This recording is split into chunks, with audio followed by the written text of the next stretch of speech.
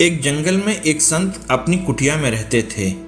एक शिकारी जब भी वहां से निकलता संत को प्रणाम जरूर करता था। एक दिन किरात, जिसको शिकारी भी कहते हैं, संत से बोला कि बाबा, मैं तो मृग का शिकार करता हूँ, आप किसका शिकार करने जंगल में बैठे हैं? संत बोले, श्री कृष्ण का, और फूट फूट कर रोने लगे। किरात बोला, अरे बाबा, रोते क्यों हो? मुझे बताओ, वो दिखता कैसा है? मैं पकड़ कर लाऊंगा उसको आपके लिए। संत ने भगवान का वह मनोहारी स्वरूप वर्णन कर दिया कि वह सांवला सलोना है, मोर पंख लगाता है, बांसुरी बजाता है। किरात बोला, बाबा, जब तक आपका शिकार पकड़ नहीं लाता, पानी भी नहीं पीऊंगा। फिर वो जंगल में जाल बिछाकर बैठ गया। 3 दिन बीत गए प्रतीक्षा करते करते।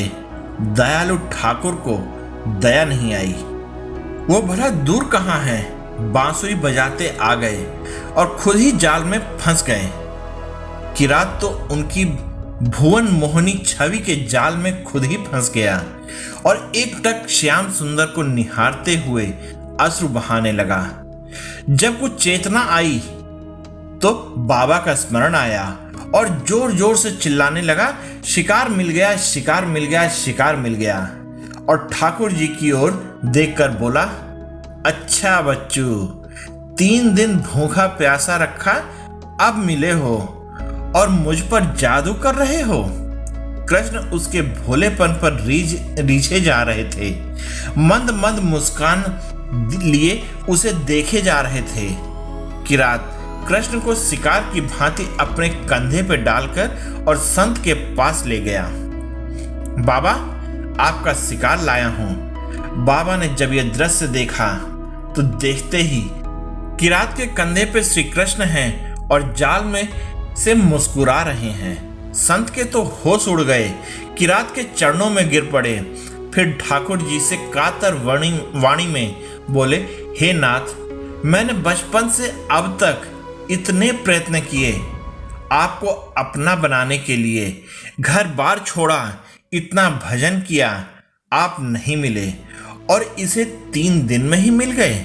भगवान बोले, इसका तुम्हारे प्रति निश्चल प्रेम व कहे हुए वचनों पर दृढ़ विश्वास से मैं रीझ गया और मुझे इसके समीप आए बिना रहा नहीं गया। भगवान तो भक्तों के, संतों के अधीन ही होते हैं। जिस पर संतों की कृपा दृष्टि हो जाए, उसे तत्काल अपनी सुखद शरण प्रदान करते हैं। किरात तो जानता भी नहीं था कि भगवान कौन है, पर संत को रोज प्रणाम करता था। संत प्रणाम और दर्शन का फल यह है कि 3 दिन में ही ठाकुर जी मिल गए। यह होता है संत की संगति का परिणाम। संत मिलन को जाइए तज ममता अभिमान, ज्यों ज्यों पग आगे बढ़े कोटि ही यज्ञ समान। आप लोगों को यह कहानी कैसी लगी, कृपया कमेंट करके मुझे अवगत कराइएगा। साथ ही आप इस कहानी में मेरे साथ बने रहे, इसके लिए आप सबका हृदय से बहुत बहुत धन्यवाद और जय हिंद दोस्तों।